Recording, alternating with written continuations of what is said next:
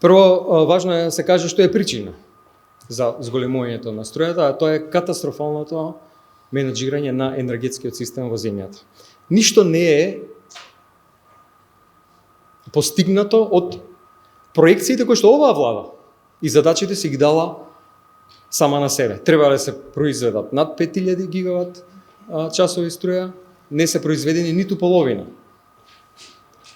Како половина од хидроенергетскиот потенцијал изминатата година да не работел, ете толку струја недостасува во нашиот енергетски систем. Таа струја е заменета со увоз на скапа електрична енергија. Наместо да се произведува и наместо Рек Битола, Ослом и Неготино да работат и да произведуваат струја, која што државата ќе ја чини 80-90 евра мегават час.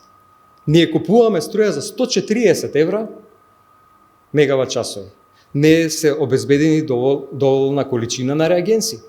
Во изминатата година се постава прашањето зошто не се планирало добро.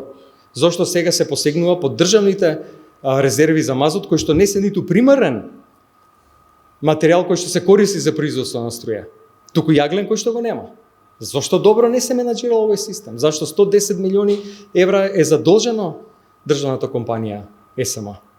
Тука лежат причините во катастрофалното менаџирање на целокупниот овој систем. И сега ние сме соочени со увоз на многу скапа струја, која знаеме дека во зимскиот период уште повеќе поскапува и се до тоа ќе оплаќаат за жал граѓаните. Да, ќе излеземе со конкретни предлог решенија со кои што ќе им олесниме ситуацијата на граѓаните.